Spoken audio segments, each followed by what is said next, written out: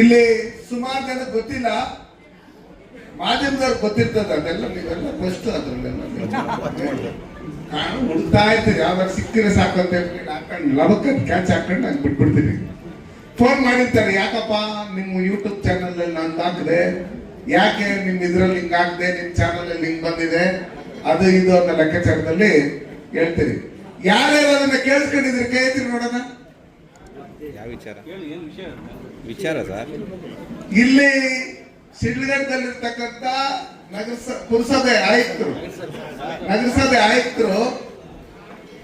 ಅವ್ರದ್ದು ಯಾವ್ದೋ ಬ್ಯಾನರ್, ಅದು ಯಾರೋ ಸಿಗರೇಟ್ ಕುಡ್ಕೊಂಡು ಇದ್ರಲ್ಲ ಶೋ ಕೊಡ್ತಾ ಇದ್ರಲ್ಲ, ಅಲ್ಲೆಲ್ಲ ಹಾಕೋರಲ್ಲ ಯಾವ್ದೋ ಪಿಕ್ಚರ್ದು ಏನೋ ಕಲ್ಟ್ ಅಂತ ಕಲ್ಟ್ ಆ ಕಲ್ಟ್ ಬ್ಯಾನರ್ ಬಿಚ್ಚಾಕಿದ್ದಕ್ಕೆ ಇವರು ಕೆಟ್ಟಾಗಿ ಬೈದವ್ರೆ. ಅದು ನನ್ನ ಬಾಯಿನಲ್ಲಿ ಹೇಳಲ್ಲ, ನೀವು ಒಂದು ಸ್ವಲ್ಪ ಕೇಳಿಸ್ಕೊಂಡ್ರೆ.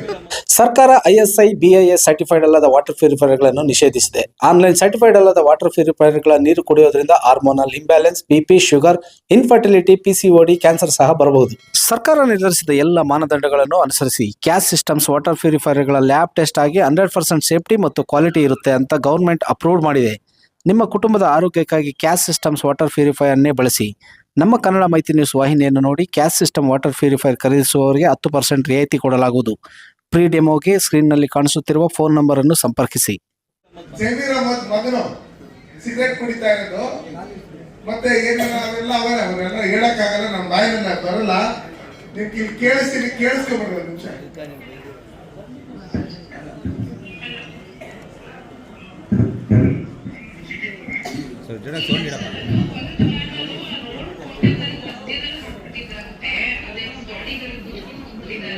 ಕೇಳಿಸ್ತಾ ಇದೆಯಾ ಎಲ್ಲರಿಗೂ?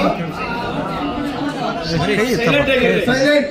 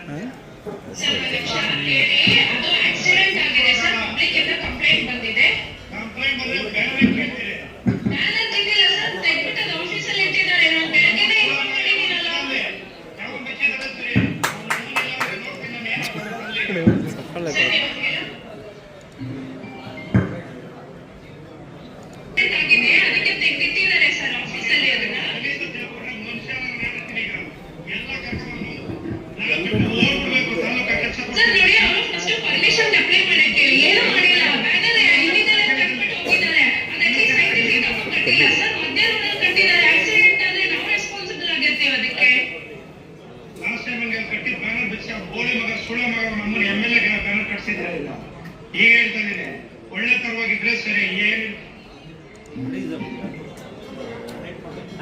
ಒಂದು ಸೆಕೆಂಡ್ ಕೆಲಸ ನೋಡಿ ಸರ್, ನೀವು ಕರೆಕ್ಟ್ ಆಗಿ ಮಾತಾಡಿ ಸರ್. ಇಲ್ಲಿ ಎಂಪ್ಲಾಯೀಸ್ ಮೇಲೆ ಸುಳಿ ಮಗ ಅಂತೆಲ್ಲ ಬೈಬೇಡಿ. Everybody has a responsibility. ಅವರಿಗೆ ಫಸ್ಟ್ ಆಫ್ ಆಲ್ ಅವ್ರು ಪರ್ಮಿಷನ್ ಕೊಟ್ಟೇ ಇಲ್ಲ. ಅವರು ಯಾರು ಕೊಟ್ಟಿದ್ದಾರೆ ಸರ್? ಅಪ್ಲಿಕೇಶನ್ ಲೆಟರ್ ಕೊಟ್ಟಿಲ್ಲ, ಮಧ್ಯದಲ್ಲಿ ಕಟ್ಟಿದ್ದಾರೆ. ಆಕ್ಸಿಡೆಂಟ್ ಆಗಿದೆ, ರಿಯಲ್ ರೆಸ್ಪಾನ್ಸಿಬಲ್ ಆಯ್ತು ಅಂದ್ರೆ ನಮ್ಮ ಜೈಲಿಗೆ ಹೋಗ್ತಾರೆ ಸ್ಟಾಫ್ಸ್ಗಳು. ರೆಸ್ಪಾನ್ಸಿಬಿಲಿಟಿ ತಗೊಳ್ಳಿ. ಬೆಳಿಗ್ಗೆ ಬಂದು ಎಲ್ಲ ಎಬ್ಬಿಸ್ತೀನಿ ಜನರಲ್ಲಿ. ಅಂದು ಹೊಡಿತಾ ಇದ್ರೆ ಚಪ್ಪಲಿ ಓಡಿಸ್ಕೊಬೇಕು ಸರ್. ಯಾಕೆ ಮಾಡ್ತಾರೆ? ಅಟ್ಲೀಸ್ಟ್ ಕಟ್ಬೇಕಾದ್ರೆ ಕೇಳ್ಬೇಕಲ್ವಾ? ಸರ್ಕಲ್ ಮಿಡಲ್ ಅಲ್ಲಿ ಕಟ್ಟಿದ್ರೆ ಯಾರು ರೆಸ್ಪಾನ್ಸಿಬಿಲಿಟಿ ತಗೋತಾರೆ? ಅದನ್ನ ನಿಮ್ಗೆ ಎಲ್ಲ 31 ವಾರ್ಡ್ ಏನೋ ಸಮಸ್ಯೆ ಇದೆ. ಬೆಳಗ್ಗೆ ಎಲ್ಲ ಹೊಡಿತಾ ಎಬ್ಬಿಸ್ತೀನಿ ಬಂದಿರ. ಒಂದು ಹೊಡಿತಾ ಇದ್ರೆ ಚಪ್ಪಲಿ ಹೆಂಗೆ ಅಂತ ತೋರಿಸ್ತೀನಿ.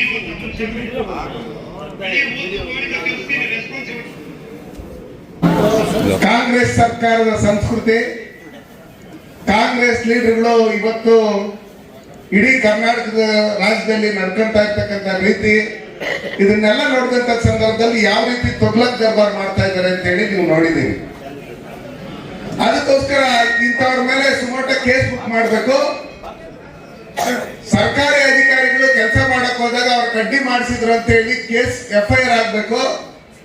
ಮತ್ತೆ ಬಹಿರಂಗವಾಗಿ ರಾಜೇಗೌಡರು ಆ ನಗರಸಭೆ ಆಯುಕ್ತರು ಏನ್ ಹೆಣ್ಮಕ್ಳಿದ್ದಾಳೆ ಆ ಹೂ ಅಂತ ಹೇಳ್ಬಿಟ್ಟು ಏನೇನೋ ಬೈತಾರೆ, ನೀವು ಹೆಣ್ಮಕ್ಳು ಕೇಳಿಸ್ಕೊಂಡಿದ್ದೀರಿ, ಅವ್ರನ್ನ ಕ್ಷಮೆ ಯಾಚನೆ ಮಾಡ್ಬೇಕು. ಅದಕ್ಕೋಸ್ಕರ ನಾನಿವತ್ತು ಬೈಕ್ ರ್ಯಾಲಿ ಹೋಗೋದ್ರ ಮುಖಾಂತರ ಒಂದು ಕಂಪ್ಲೇಂಟ್ ರೆಡಿ ಮಾಡಿದ್ದೀನಿ. ಆ ಕಂಪ್ಲೇಂಟ್ ಕೊಟ್ಟು FIR ಮಾಡಬೇಕು. ಅಂತ ಹೇಳಿ ಇವರ ಪಕ್ಷದ ಅಧ್ಯಕ್ಷರಾದಂತ DK ಶಿವಕುಮಾರ್ ಅವರು ನಿಮ್ಮ ಪಕ್ಷದ ಮುಂದಿನ MLA ಕ್ಯಾಂಡಿಡೇಟ್ ಅವರು ಈ ರೀತಿ ನಿಮ್ಮದೇ ಸರ್ಕಾರದ ಅವಧಿಯಲ್ಲಿ ನಮ್ಮ JDS ಪಕ್ಷದ ಶಾಸಕರು, ನಮ್ಮ NDA ಮಿತ್ರಕೂಟದ ಶಾಸಕರಾದಂತ ರಮೇಶ್ ಕೆಟ್ಟದಾಗಿ ಬೈದಿರೋದನ್ನ ನೀವೆಲ್ಲರೂ ಕೇಳಿಸ್ಕೊಂಡಿದ್ದೀರಿ. ಅದಕ್ಕೋಸ್ಕರ ಇವರು ಇವತ್ತೇ ಈ ರೀತಿಯನ್ನ ಲೆಕ್ಕಾಚಾರದಲ್ಲಿ ಬಂದ್ರೆ ಅಧಿಕಾರ ಕೊಟ್ಟರೆ ಇವ್ರ ಕೈನಲ್ಲಿ ಇನ್ನೇನ್ ಮಾಡ್ತಾರೆ ಅನ್ನೋ ಲೆಕ್ಕಾಚಾರದಲ್ಲಿ ನೀವು ಯೋಚನೆ ಮಾಡ್ಬೇಕು ಬಂದ್ರೆ. ನಾನು ನಿಮ್ಗೆ ಹೇಳೋದಿಷ್ಟೇ, ಒಂದು ಹೆಣ್ಮಗಳ ಅಧಿಕಾರಿ ಇದ್ದಾಗಂತ ಸಂದರ್ಭದಲ್ಲಿ ಯಾವ ರೀತಿ ಮಾತಾಡ್ಬೇಕು, ಅವ್ರ ಹತ್ರ ಯಾವ ರೀತಿ ಪದಗಳನ್ನ ಬಳಸಬೇಕು ಅನ್ನೋ ಲೆಕ್ಕಾಚಾರದಲ್ಲಿ ಕಾಮನ್ ಸೆನ್ಸ್ ಇಲ್ಲ ಅನ್ನೋ ಲೆಕ್ಕಾಚಾರದಲ್ಲಿ ಇದ್ರೆ, ಒಂದು ಶಾಸಕರು ಸಿಡ್ಗಟ್ಟದಲ್ಲಿ ನಾವೆಲ್ಲ ಓಟ್ಗಳು ಹಾಕಿ ಅವ್ರನ್ನ ಗಳಿಸಿದ್ದೀರಿ, ಅವ್ರ ಬಗ್ಗೆ ಯಾವ ರೀತಿಯಲ್ಲಿ ಮಾತಾಡ್ತಾರೆ ಇದನ್ನೆಲ್ಲ ನೋಡಿದಂತ ಸಂದರ್ಭದಲ್ಲಿ ನಾವು ಯಾರು ಮನೇಲಿ ಕೂತ್ಕೊಳ್ಳೋದಕ್ಕೆ ಸಾಧ್ಯನೇ ಇಲ್ಲ. ಎಲ್ಲಾ ಟಿವಿ ಚಾನೆಲ್ಗಳಲ್ಲೂ ಬಂದೈತೆ, ನಿಮಗ್ ಗೊತ್ತಾಗಿಲ್ಲ ಕೆಲವ್ರಿಗೆ. ಅದಕ್ಕೋಸ್ಕರ ಶಿಡ್ಲಘಟ್ಟ ರೇಷ್ಮೆ ಗೂಡಲ್ಲಿ ಫೇಮಸ್ ಆಗಿತ್ತು, ಒಳ್ಳೆ ರೈತರಿದ್ದಾರೆ ಅನ್ನೋ ಲೆಕ್ಕಾಚಾರದಲ್ಲಿ ಫೇಮಸ್ ಆಗಿತ್ತು, ಒಳ್ಳೆ ಹೂ ಬೆಳೀತಾರೆ ಅನ್ನೋ ಲೆಕ್ಕಾಚಾರದಲ್ಲಿ ಫೇಮಸ್ ಆಗಿತ್ತು. ಇವತ್ತು ಶಿಡ್ಲಘಟ್ಟ ಯಾವ ತರ ಫೇಮಸ್ ಆಯ್ತಂದ್ರೆ ಅವಾಚ್ಯ ಶಬ್ದಗಳಿಂದ ಬೈದು ಇವರು ಶಿಡ್ಲಘಟ್ಟದಲ್ಲಿ ಹಿಂಗ್ ಬೈಯರು ಅವರ ಅದರ ಲೆಕ್ಕಾಚಾರದಲ್ಲೂ ಫೇಮಸ್ ಆಗಿದೆ. ಅದಕ್ಕೋಸ್ಕರ ಧಿಕ್ಕಾರವಿರಲಿ ಶಿಡ್ಲಘಟ್ಟ ತಾಲೂಕು ಜನತೆ ಪರವಾಗಿ. ಯಾರೇ ಬೆಂಗಳೂರಿಂದ ಆಗ್ಲಿ, ಇಲ್ಲಿಂದ ಆಗ್ಲಿ, ಎಲ್ಲಿಂದ ಆಗ್ಲಿ, ದೇಶದಿಂದ ಎಲ್ಲಾರು ಬರ್ಲಿ, ಇಲ್ಲಿ ಪರವಾಗಿಲ್ಲ. ನಮ್ಮ ತಾಲೂಕಿನ ಗೌರವ ಘನತೆಗೆ ಧಕ್ಕೆ ಬರದೇ ಇರ್ತಕ್ಕಂಥ ರೀತಿಯಲ್ಲಿ ನಡ್ಕೊಬೇಕು ಏನೇಳಿ.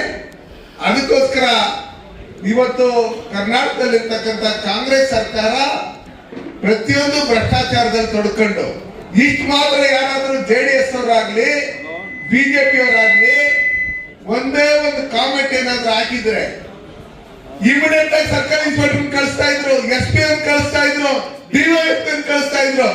ಒಂದು FIR ಮಾಡ್ಬಿಟ್ಟು ಇಮಿಡಿಯೇಟ್ ಆಗಿ ಮೊಬೈಲ್ ಸೀಲ್ ಮಾಡ್ತಾ ಇದ್ರು. ನಿಮ್ಗೆ ಧೈರ್ಯ ಇದ್ರೆ, ದಮ್ಮಿದ್ರೆ ಅವ್ರ ಮೇಲೆ FIR ಮಾಡ್ಬಿಟ್ಟು ಅವ್ರ ಮೊಬೈಲ್ ಸೀಲ್ ಮಾಡ್ರಿ ನೋಡೋಣ.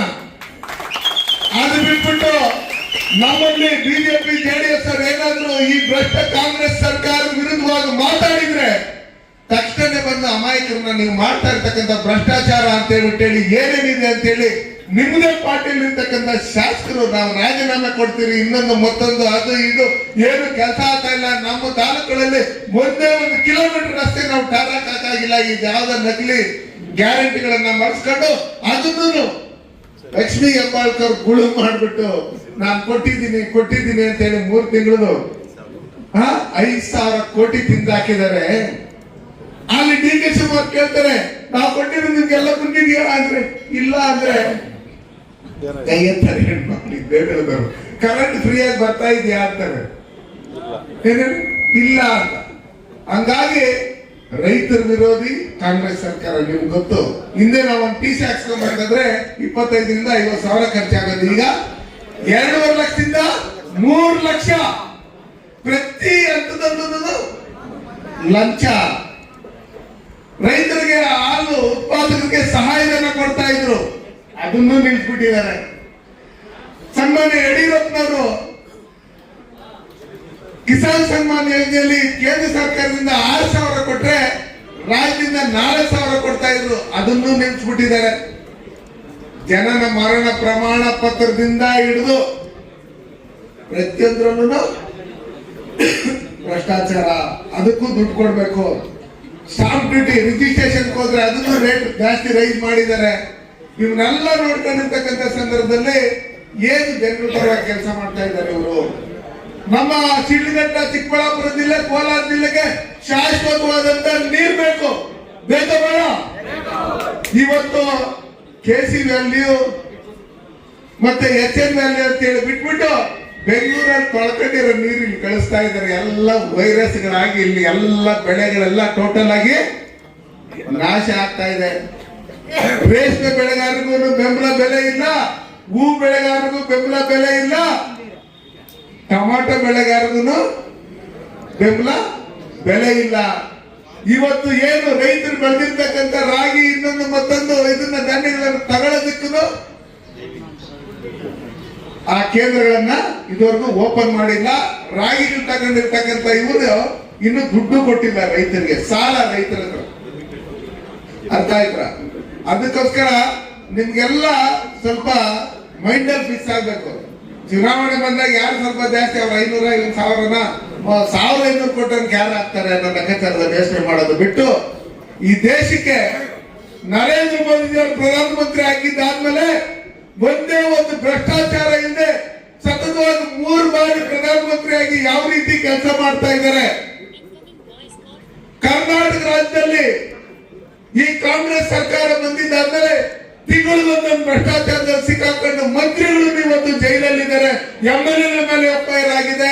ಇವತ್ತು ನೋಡಿದ್ರೆ ಆ ಬಳ್ಳಾರಿಯಲ್ಲಿ ಭರತ್ ರೆಡ್ಡಿ ಯಾವ ರೀತಿ ಅವ್ರ ಜೊತೆಲಿರ್ತಕ್ಕಂಥ ಅವ್ರ ಪಕ್ಷದ ಕಾರ್ಯಕರ್ತರಿಗೆ ಅವರ ಖಾಸಗಿ ಗನ್ಮ್ಯಾನ್ಗಳಲ್ಲಿ ಶೂಟ್ ಮಾಡಿರ್ತಕ್ಕಂಥದ್ದು, ಮತ್ತೆ ಜನಾರ್ದನ್ ರೆಡ್ಡಿ ಮನೆ ಮೇಲೆ ಫೈರ್ ಮಾಡಿರ್ತಕ್ಕಂಥದ್ದು, ಇದನ್ನೆಲ್ಲ ನೋಡಿದಂತ ಸಂದರ್ಭದಲ್ಲಿ ಇಲ್ಲೂ ಶಿಡ್ಲಘಟ್ಟದಲ್ಲಿ ನಿನ್ನೆ ಏನ್ ನಡೆದಿದೆ, ಅಧಿಕಾರಿಗಳಿಗೆ ರೋಪ ಹಾಕಿರ್ತಕ್ಕಂಥದ್ದು, ಇನ್ನೊಂದು ಮತ್ತೊಂದು, ಇದನ್ನೆಲ್ಲ ನೋಡಿದಂತ ಇದು ಕರ್ನಾಟಕ ರಾಜ್ಯದಲ್ಲಿ ಗೂಂಡಾ ರಾಜ್ಯ ಶುರುವಾಗಿದೆ. ಅದಕ್ಕೋಸ್ಕರ ಇದಕ್ಕೆ ಪರ್ಮನೆಂಟ್ ಆಗಿ ಇದ್ದಶ್ರೀ ಆಡ್ಬೇಕಂದ್ರೆ ನಾವೆಲ್ಲರೂ ಒಗ್ಗಟ್ಟಾಗಿ ಬರಂತ ಗ್ರಾಮ ಪಂಚಾಯತಿ ಚುನಾವಣೆ ಇರ್ಬೋದು, ನಗರಸಭಾ ಚುನಾವಣೆ ಇರ್ಬೋದು, ತಾಲೂಕ್ ಪಂಚಾಯತಿ ಚುನಾವಣೆ ಇರ್ಬೋದು, ಜಿಲ್ಲಾ ಪಂಚಾಯತಿ ಚುನಾವಣೆ ಇರ್ಬೋದು, ಶಾಸಕರನ್ನ ನಾವು NDA ಮಿತ್ರಕೂಟದ ಅಭ್ಯರ್ಥಿಗಳನ್ನೇ ನಾವು ಗೆಲ್ಸ್ಕೊಬೇಕು. ಅದು ಬಿಟ್ಟು ಅದು ಒಮ್ಮತ ಇಲ್ಲ, ಇದ್ರಲ್ಲಿಲ್ಲ, ಸ್ಥಳೀಯ ಸಂಸ್ಥೆಲಿಲ್ಲ, ಅದಿಲ್ಲ ಇದಿಲ್ಲ ಅಂತ ಹೋದ್ರೆ ಮತ್ತೆ ಕಂಡ್ರೆ ಅಧಿಕಾರಕ್ಕೆ ಬರ್ತಾರೆ. ಅದಕ್ಕೆ ನಾನು ಪಕ್ಷದ ಹಿರಿಯರಲ್ಲಿ ನಾನು ನಿಮ್ಮೆಲ್ಲರ ಮುಖಾಂತರ ಮನೆ ಮಾಡ್ಕೊಳ್ಳೋದಿಷ್ಟೇ, ದಯವಿಟ್ಟು ನೀವೆಲ್ಲ ಕುತ್ಕೊಂಡು ಸರಿ ಮಾಡ್ಕೊಂಡು ಏನೇನ್ ಮಾಡ್ಬೇಕು, ಯಾವ ರೀತಿ ಒಮ್ಮತವಾಗಿ ಹೋಗ್ಬೇಕು, ಯಾವ ರೀತಿ ನಮ್ಮ NDA ಮಿತ್ರಕೂಟ ನಡ್ಕೋಬೇಕು ಅನ್ನೋ ಲೆಕ್ಕಾಚಾರದಲ್ಲಿ ತಿಳ್ಕೊಳ್ಳಿ. ನಮ್ಮನ್ನ ಯಾವುದೇ ಕಾರಣಕ್ಕೂ ಕನ್ಫ್ಯೂಸ್ ನಮ್ಮ ಕಾರ್ಯಕರ್ತರನ್ನ ನಮ್ಮ ಮುಖಂಡರನ್ನ ಮಾಡಬೇಡಿ ಅಂತ ಹೇಳಿ